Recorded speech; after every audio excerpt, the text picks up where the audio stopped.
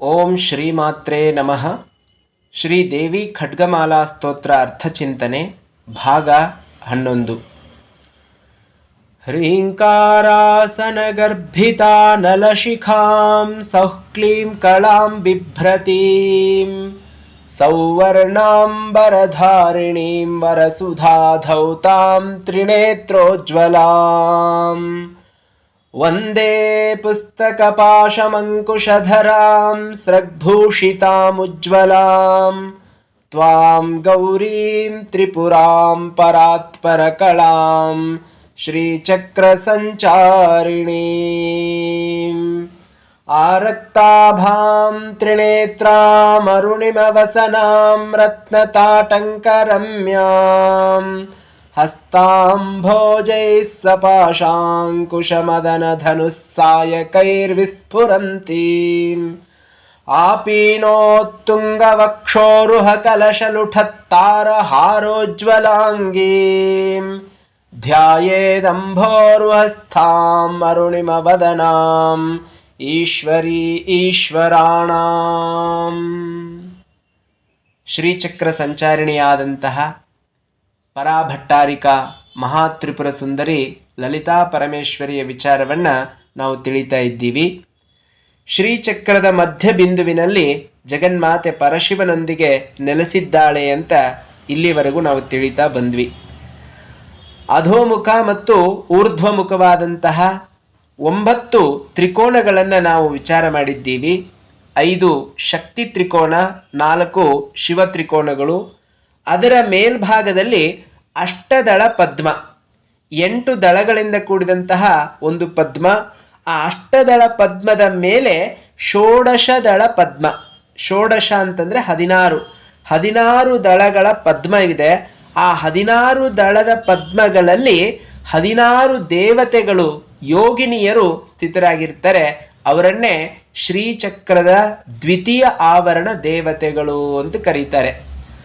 ಕಾಮಾಕರ್ಷಿಣಿ, ಬುದ್ಧ್ಯಾಕರ್ಷಿಣಿ, ಅಹಂಕಾರಾಕರ್ಷಿಣಿ, ಶಬ್ದಾಕರ್ಷಿಣಿ, ಸ್ಪರ್ಶಾಕರ್ಷಿಣಿ, ರೂಪಾಕರ್ಷಿಣಿ, ರಸಾಕರ್ಷಿಣಿ, ಗಂಧಾಕರ್ಷಿಣಿ, ಚಿತ್ತಾಕರ್ಷಿಣಿ, ಧೈರ್ಯಾಕರ್ಷಿಣಿ, ಸ್ಮೃತ್ಯಾಕರ್ಷಿಣಿ, ನಾಮಾಕರ್ಷಿಣಿ, ಬೀಜಾಕರ್ಷಿಣಿ, ಆತ್ಮಾಕರ್ಷಿಣಿ, ಅಮೃತಾಕರ್ಷಿಣಿ, ಶರೀರಾಕರ್ಷಿಣಿ. ಈ 16 ದೇವತೆಗಳು, 16 ಯೋಗಿನಿಯರನ್ನು ಚಂದ್ರಕಲಾ ದೇವತೆಯರು ಅಂತ ಕರಿತೀವಿ. ಈ 16 ಚಂದ್ರಕಲಾ ದೇವತೆಯರನ್ನು ಮೊದಲೇ ಹೇಳಿದಂತಹ 16 ತಿಥಿನಿತ್ಯ ದೇವತೆಯರ ಜೊತೆಗೆ ಸಮೀಕರಣ ಮಾಡುವಂಥದ್ದನ್ನು ನಾವಿಲ್ಲಿ ಕಾಣ್ತಾ ಇದ್ದೀವಿ. ಈ ಅಧಿಷ್ಠಾತೃ ದೇವತೆ ತ್ರಿಪುರೇಶಿ ಅಂತ ಕರೆಸ್ಕೊಳ್ತಾಳೆ. ತ್ರಿಪುರೇಶ್ವರಿ ದೇವಿ ಸರ್ವಾಶಾ ಪರಿಪೂರಕ ಚಕ್ರಸ್ವಾಮಿನಿ ಆಗಿರುವಂಥವಳು. ಗುಪ್ತಯೋಗಿನಿ, ಅತ್ಯಂತ ರಹಸ್ಯವಾಗಿರುವಂಥವಳು. ಮೊದಲನೆಯದಾಗಿ ಪ್ರಥಮ ಆವರಣ ದೇವತೆಗಳಲ್ಲಿ ನಾವು ನೋಡಿದ್ವಿ. ಅಣಿಮಾ ಸಿದ್ಧೆ, ಲಘಿಮಾ ಸಿದ್ಧೆ, ಮಹಿಮಾ ಸಿದ್ಧೆ, ಈಶಿತ್ವ ಸಿದ್ಧೆ, ವಶಿತ್ವ ಸಿದ್ಧೆ, ಪ್ರಾಕಾಮ್ಯ ಸಿದ್ಧೆ, ಭುಕ್ತಿ ಸಿದ್ಧೆ, ಇಚ್ಛಾ ಸಿದ್ಧೆ, ಪ್ರಾಪ್ತಿ ಸಿದ್ಧೆ, ಸರ್ವಕಾಮ ಸಿದ್ಧೆ, ಬ್ರಾಹ್ಮಿ, ಮಾಹೇಶ್ವರಿ, ಕೌಮಾರಿ, ವೈಷ್ಣವಿ, ವಾರಾಹಿ, ಮಾಹೇಂದ್ರಿ, ಚಾಮುಂಡೆ, ಮಹಾಲಕ್ಷ್ಮಿ, ಸರ್ವಸಂಕ್ಷೋಭಿಣಿ, ಸರ್ವವಿದ್ರಾವಿಣಿ, ಸರ್ವಾಕರ್ಷಿಣಿ, ಸರ್ವಶಂಕರಿ, ಸರ್ವೋನ್ಮಾದಿನಿ, ಸರ್ವಮಹಾಂಕುಶೆ, ಸರ್ವಖೇಚರಿ, ಸರ್ವಬೀಜೆ, ಸರ್ವಯೋನೆ, ಸರ್ವತ್ರಿಖಂಡೆ, ತ್ರೈಲೋಕ್ಯಮೋಹನ ಚಕ್ರಸ್ವಾಮಿನಿ, ಪ್ರಕಟಯೋಗಿನಿ. ಪ್ರಕಟಯೋಗಿನಿ, ತನ್ನನ್ನು ತಾನು ತೋರ್ಪಡಿಸಿಕೊಳ್ಳುವಂತಹ ಯೋಗಿನಿ ಮೊದಲನೇ ಆವರಣದ ದೇವತೆ. ಆದರೆ ಎರಡನೇ ಆವರಣದ ದೇವತೆಯಾದಂಥವರು ಗುಪ್ತ ಯೋಗಿನಿಯರು ಅಂತ ಕರೆಸ್ಕೊಳ್ತಾರೆ. ಗುಪ್ತ ಯೋಗಿನಿ ಅಂತಂದರೆ ರಹಸ್ಯವಾಗಿರುವಂಥವರು. ಅರ್ಥೈಸಿಕೊಳ್ಳೋದು ಅಷ್ಟು ಸುಲಭ ಸಾಧ್ಯ ಅಲ್ಲ. ಹಾಗಾಗಿ ಗುಪ್ತವಾಗಿರುವುದು, ಅರ್ಥಾತ್ ಗುಪ್ತ ಯೋಗಿನಿಯರು ಈ 16 ದೇವತೆಗಳು. ಇದರಲ್ಲಿ ತ್ರಿಪುರೇಶಿ ಅನ್ನುವಂಥವಳು ಈ ಅಧಿಷ್ಠಾತೃ ದೇವತೆ ಅಂತ ಕರೆಸ್ಕೊಳ್ತಾಳೆ. ಅವಳ ಅನುಚರರೇ ಈ 16 ಚಂದ್ರಕಲಾ ದೇವತೆಯರು. ಈ 16 ದೇವತೆಗಳನ್ನು ತಿಥಿನಿತ್ಯ ದೇವತೆಯರಾದಂಥ 16 ದೇವತೆಗಳ ಜೊತೆಗೆ ಸಮೀಕರಣ ಮಾಡಬೇಕು. ಕಾಮೇಶ್ವರಿ, ಭಗಮಾಲಿನಿ, ನಿತ್ಯಕ್ಲಿನ್ನೆ, ಭೇರುಂಡೆ, ವನ್ನಿವಾಸಿನಿ, ಮಹಾವಜ್ರೇಶ್ವರಿ, ಶಿವದೂತಿ, ತ್ವರಿತೆ, ಕುಲಸುಂದರಿ, ನಿತ್ಯೆ, ನೀಲಪತಾಕೆ, ವಿಜಯೇ, ಸರ್ವಮಂಗಳೆ, ಜ್ವಾಲಾಮಾಲಿನಿ, ಚಿತ್ರೆ, ಮಹಾನಿತ್ಯೆ. ಇವರು 16 ಜನ ತಿಥಿ ನಿತ್ಯ ದೇವತೆಯರು. ಈ ತಿಥಿ ನಿತ್ಯ ದೇವತೆಯರು ಕಾಮಾಕರ್ಷಿಣಿ, ಬುದ್ಧ್ಯಾಕರ್ಷಿಣಿ, ಅಹಂಕಾರಾಕರ್ಷಿಣಿ ಎನ್ನುವಂತಹ 16 ಚಂದ್ರಕಲಾ ದೇವತೆಯರ ಜೊತೆಗೆ ಸಮೀಕರಣವನ್ನು ಹೊಂದುತ್ತಾರೆ. ಇಲ್ಲಿ ಹೇಳಿದಂತಹ ಈ ಯೋಗಿನಿಯರ ನಾಮಗಳ ಅರ್ಥವನ್ನು ಸ್ವಲ್ಪ ನಾವು ನೋಡೋದಾದರೆ, ಮೊದಲನೆಯದಾಗಿ ಕಾಮಾಕರ್ಷಿಣಿ. ಕಾಮ ಅಂತಂದರೆ ಬಯಕೆ, ಆಸೆ. ಮನುಷ್ಯನಿಗೆ ಎಷ್ಟು ಆಸೆ ಇರಬೇಕೋ ಅಷ್ಟು ಇದ್ದರೆ ತೊಂದರೆ ಇಲ್ಲ. ಅತಿ ಸರ್ವತ್ರ ವರ್ಜಯೇತ್ ಅಂತ ಒಂದು ಮಾತಿದೆ. ಯಾವುದಾದ್ರೂ ಅಷ್ಟೇ, ಅತಿಯಾಗಿ ಅದನ್ನು ಉಪಯೋಗಿಸುವಂಥದ್ದನ್ನು ಅಭ್ಯಾಸ ಮಾಡಿಕೊಂಡ್ರೆ, ಅತಿಯಾಗಿ ಬಳಸ್ತಾ ಹೋದರೆ ಸರ್ವನಾಶ ಆಗೋದು ಗ್ಯಾರಂಟಿ. ಹಾಗಾಗಿ ಕಾಮಾಕರ್ಷಿಣಿ, ಕಾಮೇಶ್ವರಿ ದೇವಿ ಕಾಮಾಕರ್ಷಿಣಿ ಆಗಿದ್ದಾಳೆ. ನಾವು ಜಗನ್ಮಾತೆಗೆ ಶರಣಾಗತರಾದರೆ ನಮಗೆ ಎಷ್ಟು ಬೇಕೋ ಅಷ್ಟನ್ನು ನೀಡ್ತಾಳೆ ಮತ್ತು ನಮ್ಮ ಎಲ್ಲ ಕಾಮಗಳನ್ನು ಆಕರ್ಷಿಸುವಂಥವಳಾಗುತ್ತಾಳೆ. ಮಕ್ಕಳಿಗೆ ಎಷ್ಟು ರೀತಿಯಾಗಿ ಯಾವ ರೀತಿ ಆಹಾರ ಕೊಟ್ಟರೆ ಅವುಗಳು ಬದುಕ್ತವೆ ಅನ್ನುವಂಥದ್ದು ತಾಯಿಗೆ ಗೊತ್ತಿರುತ್ತೆ. ಚಿಕ್ಕ ಮಕ್ಕಳಾಗಿದ್ದರೆ ಹಾಲು ಕೊಡ್ತಾಳೆ, ಸ್ವಲ್ಪ ಬೆಳೆದಿದ್ದರೆ ಅವುಗಳಿಗೆ ಊಟವನ್ನು ಬಡಿಸ್ತಾಳೆ, ಇನ್ನೂ ಸ್ವಲ್ಪ ದೊಡ್ಡ ಮಕ್ಕಳಾದರೆ ಅಡುಗೆ ಮಾಡಿ ಇಟ್ಟಿರ್ತಾಳೆ, ನಿಮಗೇನು ಬೇಕೋ ಅದನ್ನು ಬಡಿಸ್ಕೊಳ್ಳಿ ಅಂತಾಳೆ. ಹಾಗೆ ಜಗನ್ಮಾತೆಯಾದಂತಹ ಕಾಮೇಶ್ವರಿ ನಮ್ಮಲ್ಲಿರುವಂತಹ ಈ ಬಯಕೆಗಳನ್ನು ಆಕರ್ಷಿಸುವಂತಹ ದೇವತೆ ಕಾಮಾಕರ್ಷಿಣಿ ಅಂತ ಕರೆಸ್ಕೊಂಡ್ರೆ, ಎರಡನೇ ತಿಥಿ ನಿತ್ಯ ದೇವತೆಯಾದಂತಹ ಭಗಮಾಲಿನಿ ಬುದ್ಧ್ಯಾಕರ್ಷಿಣಿ, ಬುದ್ಧಿಯಿಂದ ಆಕರ್ಷಿಸಲ್ಪಡುವವಳು. ನಿತ್ಯಕ್ಲಿನ್ನೇ ಅಹಂಕಾರಾಕರ್ಷಿಣಿ, ಅಹಂಕಾರವನ್ನು ಆಕರ್ಷಿಸುವಂತಹ ತಿಥಿ ನಿತ್ಯ ದೇವತೆ ನಿತ್ಯಕ್ಲಿನ್ನೆ. ಆ ನಿತ್ಯಕ್ಲಿನ್ನೆ ಎನ್ನುವಂತಹ ದೇವತೆ ದ್ವಿತೀಯ ಆವರಣದ ದೇವತೆಯಾದಂತಹ ಅಹಂಕಾರಾಕರ್ಷಿಣಿ ಆಗಿರುವಂಥವಳು. ಈ ಅಹಂಕಾರಾಕರ್ಷಿಣಿ ಯಾಕಾಗಬೇಕು ಅಂತಂದರೆ, ಬುದ್ಧ್ಯಾಕರ್ಷಿಣಿ ಅಂತ ಅದರ ಹಿಂದಿನ ದೇವತೆಯನ್ನು ನೋಡಿದ್ವಿ. ಮನುಷ್ಯನಿಗೆ ಎಷ್ಟು ಬುದ್ಧಿ ಇರಬೇಕೋ ಅಷ್ಟು ಬುದ್ಧಿ ಇದ್ದರೆ ಬಹಳ ಒಳ್ಳೆಯದು. ಅತಿ ಬುದ್ಧಿ ಆಗಿಬಿಟ್ರೆ ಸಮಸ್ಯೆ ಆಗತ್ತೆ. ಬುದ್ಧಿ ಇರಬಾರ್ದು ಅಂತಲ್ಲ, ಅತಿ ಬುದ್ಧಿ ಭಗವಂತನೇ ಇಲ್ಲ ಅನ್ನೋ ಮಟ್ಟಕ್ಕೆ ಹೋಗಿಬಿಡ್ತಾನೆ. ಹಾಗಾಗಿ ಆ ಅಹಂಕಾರ ಅನ್ನುವಂಥದ್ದು ಉತ್ಪತ್ತಿ ಆಗತ್ತೆ ಅತಿ ಬುದ್ಧಿವಂತಿಕೆಯಿಂದ. ಅಂಥ ಅಹಂಕಾರದಿಂದ ಕೇಡು ನಿಶ್ಚಿತ. ಭಗವದ್ಗೀತೆಯಲ್ಲೂ ಕೂಡ ಭಗವಂತ ಇದೇ ಮಾತನ್ನು ಹೇಳ್ತಾನೆ. ಅಹಂಕಾರ ಪಡುವಂತಹ ವ್ಯಕ್ತಿ ಸಿದ್ಧಿಗಳಿಂದ ಮೇಲು ಹೋಗಿ ಮತ್ತೆ ಬಿದ್ದು ಹೋಗುತ್ತಾನೆ. ಹಾಗಾಗಿ ಅಹಂಕಾರ ಅನ್ನುವಂಥದ್ದು ಇರಬಾರ್ದು. ಅಂದರೆ ಅದು ಜಗನ್ಮಾತೆಗೆ ನಾವು ಶರಣಾಗತರಾದಾಗ ಮಾತ್ರ ಸಾಧ್ಯ ಆಗತ್ತೆ. ಅವಳು ನಮ್ಮ ಅಹಂಕಾರವನ್ನು ಆಕರ್ಷಿಸುವಂಥವಳು, ಅದನ್ನು ನಿಗ್ರಹಿಸುವಂಥವಳು. ನಿತ್ಯಕ್ಲಿನ್ನೇ ಭೇರುಂಡೇ ವನ್ಹಿವಾಸಿನಿ.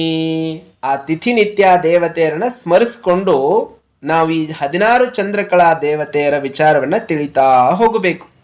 ಅಹಂಕಾರಾಕರ್ಷಿಣಿ ಆದಮೇಲೆ ಶಬ್ದಾಕರ್ಷಿಣಿ. ಶಬ್ದ, ಸ್ಪರ್ಶ, ರೂಪ, ರಸ, ಗಂಧ.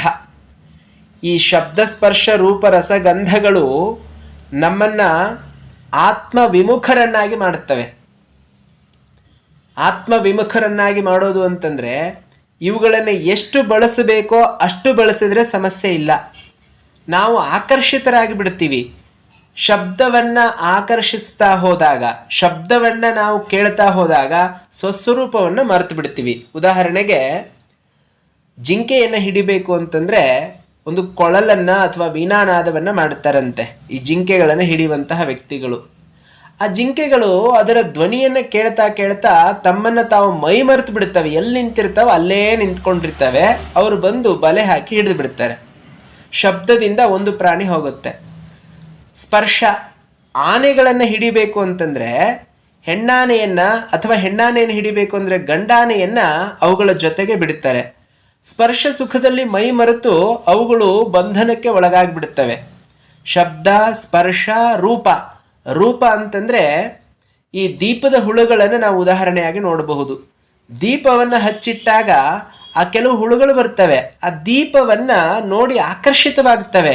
ಎಷ್ಟು ಚೆನ್ನಾಗಿದೆ ಇದು ಅಂತ ಅದನ್ನು ಅಪ್ಪಿಕೊಳ್ಳಲಿಕ್ಕೆ ಹೋಗ್ತವೆ, ಸುಟ್ಟು ಭಸ್ಮವಾಗಿ ಹೋಗ್ತವೆ. ಹಾಗೆ ರೂಪದ ಹಿಂದೆ ನಾವು ಹೋದಾಗ ನಮ್ಮ ಸ್ವರೂಪವನ್ನು ನಾವು ಮರೆತು ಬಿಡ್ತೀವಿ. ಶಬ್ದ, ಸ್ಪರ್ಶ, ರೂಪ, ರಸ. ರಸ ಅಂತಂದರೆ ಟೇಸ್ಟು. ಮೀನುಗಳನ್ನು ಹಿಡಿಯುವಂತಹ ಮೀನುಗಾರರು ಒಂದು ಗಾಳಕ್ಕೆ ಮತ್ತೊಂದು ವಸ್ತುವನ್ನು ಹಾಕ್ತಾರೆ, ತಿನ್ನುವಂತಹ ವಸ್ತುವನ್ನು ಹಾಕಿ ನೀರೊಳಗಡೆ ಬಿಡ್ತಾರೆ. ಮೀನುಗಳು ಆ ತಿನ್ನುವ ವಸ್ತುವಿನ ಆಸೆಯಿಂದ ಬಂದು ಗಾಳಕ್ಕೆ ಸಿಕ್ಕ ಹಾಕ್ಕೊಳ್ತವೆ. ಹಾಗೆ ನಾವು ಕೂಡ ರಸವನ್ನು ಆಶ್ರಯಿಸಿ ಹೋಗಿ ಹಾಳಾಗ್ತೀವಿ, ಆತ್ಮಸ್ವರೂಪವನ್ನು ಮರಿತೀವಿ. ಶಬ್ದ, ಸ್ಪರ್ಶ, ರೂಪ, ರಸ, ಗಂಧ. ಗಂಧಕ್ಕೆ ಮರಳಾಗಿ ಹೋದಂತಹ ಭೃಂಗ ಕೀಟ ತನ್ನ ನಾಶಕ್ಕೆ ತಾನೇ ಕಾರಣ ಆಗತ್ತೆ. ಹಾಗೆ ನಮ್ಮ ಸ್ವಸ್ವರೂಪವನ್ನು ಮರೀಲಿಕ್ಕೆ ಕಾರಣವಾಗುವಂತಹ ವಸ್ತುಗಳು ಶಬ್ದ, ಸ್ಪರ್ಶ, ರೂಪ, ರಸ, ಗಂಧ. ಇದನ್ನು ಆದಿ ಜಗದ್ಗುರು ಶಂಕರಾಚಾರ್ಯರು ವಿವೇಕ ಚೂಡಾಮಣಿ ಹೇಳಿರುವಂಥದ್ದು. ಶಬ್ದಾದಿಭಿಃ ಪಂಚಭಿರೇವ ಪಂಚತ್ವಮಾಪುಃ ಸ್ವಗುಣೇನ ಬದ್ಧಾಃ. ಇಲ್ಲಿ ಹೇಳಿದಂತಹ ಕುರಂಗ, ಮಾತಂಗ, ಪತಂಗ, ಮೀನ, ಭೃಂಗ, ಈ 5 ಜೀವಿಗಳು ಒಂದೊಂದನ್ನು ಆಸೆ ಪಟ್ಟೇ ಪಂಚತ್ವಮಾಪುಹು. ಪಂಚತ್ವ ಅಂತಂದರೆ ಸತ್ತು ಹೋಗೋದು ಅಂತ. ಪಂಚಮಹಾಭೂತಗಳಲ್ಲಿ ಲೀನವಾಗುವುದಕ್ಕೆ ಪಂಚತ್ವ ಅಂತ ಕರೀತಾರೆ. ಶಬ್ದ, ಸ್ಪರ್ಶ, ರೂಪ, ರಸಗಂಧಗಳನ್ನು ಹಿಂಬಾಲಿಸಿ ಹೋದಂತಹ ಕುರಂಗ, ಮಾತಂಗ, ಪತಂಗ, ಮೀನ, ಭೃಂಗಗಳು ನಾಶವಾಗ್ತವೆ. ಮನುಷ್ಯ, ನಿನ್ನಲ್ಲಿ ಇದೆಲ್ಲವೂ ಇದೆಯಲ್ಲಪ್ಪ, ನೀನು ಹೆಂಗೆ ಬದುಕ್ತೀಯಾ ಅಂತ ಆಚಾರ್ಯರು ಪ್ರಶ್ನೆ ಮಾಡುತ್ತಾರೆ. ಹಾಗಾಗಿ ನಾವು ಸಂಪೂರ್ಣವಾಗಿ ಜಗನ್ಮಾತೆಗೆ ಶರಣಾಗತರಾಗಿ ಬಿಟ್ಟರೆ ನಮ್ಮಲ್ಲಿರುವಂತಹ ಈ ಅಹಂಕಾರವನ್ನು, ನಮ್ಮಲ್ಲಿರುವಂತಹ ಈ ಶಬ್ದ, ಸ್ಪರ್ಶ, ರೂಪ, ರಸ, ಗಂಧಗಳ ಮೇಲಿರುವಂತಹ ವ್ಯಾಮೋಹವನ್ನು ಆ ಜಗನ್ಮಾತೆ ನಿಗ್ರಹಿಸ್ತಾಳೆ. ಅಂತಹ ನಿಗ್ರಹಿಸುವ ನಿತ್ಯ ದೇವತೆಗಳ ಜೊತೆಗೆ ನಾವು ಇಲ್ಲಿ ಹೇಳುವಂತಹ ಚಂದ್ರಕಲಾ ದೇವತೆಯರನ್ನು ಅರ್ಥೈಸಿಕೊಳ್ಳಬೇಕು. ಶಬ್ದಾಕರ್ಷಿಣಿ, ಸ್ಪರ್ಶಾಕರ್ಷಿಣಿ, ರೂಪಾಕರ್ಷಿಣಿ, ರಸಾಕರ್ಷಿಣಿ, ಗಂಧಾಕರ್ಷಿಣಿ. ಅಲ್ಲಿಗೆ ಮುಂದುವರೆದಂತಹ ದೇವತೆಯರು ಚಿತ್ತಾಕರ್ಷಿಣಿ, ನಮ್ಮ ಚಿತ್ತವನ್ನು ಆಕರ್ಷಿಸುವಂತಹ ದೇವತೆ. ಚಿತ್ತು ಒಂದು ಕ್ಷಣವೂ ಕೂಡ ಸುಮ್ಮನೆ ಇರೋದೇ ಇಲ್ಲ. ಮನಸ್ಸು ಏನನ್ನಾದರೂ ಯೋಚನೆ ಮಾಡ್ತಾನೇ ಇರುತ್ತೆ. ಅದನ್ನು ನಿಗ್ರಹಿಸಿ ಸರಿಯಾದ ಕ್ರಮದಲ್ಲಿ ಅದನ್ನು ಬಳಸುವಂತಹ ಶಕ್ತಿಯನ್ನು ನೀಡುವಂತಹ ದೇವತೆ ಚಿತ್ತಾಕರ್ಷಿಣಿ ಅಂತ ಕರೆಸ್ಕೊಳ್ತಾಳೆ. ಧೈರ್ಯಾಕರ್ಷಿಣಿ, ಧೈರ್ಯವನ್ನು ಆಕರ್ಷಿಸುವಂತಹ ದೇವತೆ, ನಮ್ಮಲ್ಲಿ ಧೈರ್ಯವನ್ನು ತುಂಬುವಂತಹ ದೇವತೆ, ನಮ್ಮಲ್ಲಿ ಅತಿ ಧೈರ್ಯವನ್ನು, ಬಂಡ ಧೈರ್ಯ ಅಂತ ಕರಿತೀವಲ್ಲ, ಅದನ್ನು ನಿಗ್ರಹಿಸುವಂತಹ ದೇವತೆ ಚಂದ್ರಕಲಾ ದೇವತೆಯಾಗಿದ್ದಾಳೆ. ಮುಂದಿನ ದೇವತೆ ಸ್ಮೃತ್ಯಾಕರ್ಷಿಣಿ. ಸ್ಮೃತಿ ಅನ್ನುವಂತಹ ಶಬ್ದಕ್ಕೆ 2 ಅರ್ಥಗಳನ್ನು ನಾವು ನೋಡ್ತೀವಿ. ಶ್ರುತಿ ಮತ್ತು ಸ್ಮೃತಿ ಅಂತ 2 ಭಾಗ ಇದೆ ವೈದಿಕ ಸಾಹಿತ್ಯದಲ್ಲಿ. ಶ್ರುತಿಗಳು ಅಂತಂದರೆ ವೇದಗಳು, ಸಾಕ್ಷಾತ್ ಭಗವಂತನಿಂದಲೇ ಬಂದಂತಹ ಮಂತ್ರಗಳ ಭಾಗವನ್ನು ಶ್ರುತಿ ಅಂತ ಕರೆದರೆ, ತಮ್ಮ ಅನುಷ್ಠಾನದ ಮೂಲಕ ಕಂಡುಕೊಂಡಂತಹ ವಿಚಾರವನ್ನು ಋಷಿಗಳು ನಮಗೆ ಹೇಳಿದಂತಹ ಗ್ರಂಥಗಳು ಸ್ಮೃತಿ ಅಂತ ಕರೆಸ್ಕೊಳ್ಳುತ್ತವೆ. ಅಂತಹ ಸ್ಮೃತಿಯಿಂದ ಆಕರ್ಷಿಸಲ್ಪಡುವವಳು, ಅರ್ಥಾತ್ ನಿತ್ಯವೂ ಅವಳ ಚಿಂತನೆಯಲ್ಲಿ ತೊಡಗಿದಾಗ ನಾವು ಅವಳಿಂದ ಆಕರ್ಷಿಸಲ್ಪಡ್ತೀವಿ, ನಾವು ಅವಳವರೇ ಆಗಿ ಹೋಗಿಬಿಡ್ತೀವಿ. ಅಷ್ಟೇ ಅಲ್ಲ, ಸ್ಮೃತಿ ಅನ್ನೋದ್ರೆ ನೆನಪು ಅಂತ ಕೂಡ ಅರ್ಥ ಆಗತ್ತೆ. ನಮ್ಮ ಪ್ರತಿಯೊಂದು ನೆನಪಿನಲ್ಲಿ ಜಗನ್ಮಾತೆ ನೆಲೆಸಿರ್ತಾಳೆ ಅಂತ. ನಮ್ಮ ಆಲೋಚನೆ, ಚಿಂತನೆ ಎಲ್ಲವೂ ಕೂಡ ಅವಳದೇ ಆಗಿ ಹೋಗುತ್ತೆ. ಜ್ಞಾನಿ ಲೌಕಿಕ ಪಾರಮಾರ್ಥಗಳೆರಡನೂ ಕೂಡಿ ನಡೆಸುವನು ಅಂತ ಶ್ರೀಮನ್ ನಿಜಗುಣ ಶಿವಯೋಗಿಗಳು ಹೇಳ್ತಾರೆ. ನಾವು ಜ್ಞಾನಿಗಳಾಗಲಿಕ್ಕೆ ಬಂದಿರುವಂಥದ್ದು. ಮಾನವ ಶರೀರ ಅತ್ಯಂತ ಪವಿತ್ರವಾದ ಶರೀರ. ಪ್ರಾಣಿ ಪಕ್ಷಿಗಳ ಹಾಗೆ ಈ ಶರೀರವನ್ನು ಬಳಸಿಕೊಂಡು ಹೋದರೆ ಬಹಳ ಹಾನಿಯಾಗತ್ತೆ ಅಂತ ಆಚಾರ್ಯರು ನಮಗೆ ಎಚ್ಚರಿಕೆಯನ್ನು ನೀಡುತ್ತಾರೆ. ಹಾಗಾಗಿ ಶರೀರದ ಲಾಭ ಆಗಬೇಕು ಅಂತಂದರೆ ಆತ್ಮಜ್ಞಾನ ಅನ್ನುವಂಥದ್ದಾಗಬೇಕು.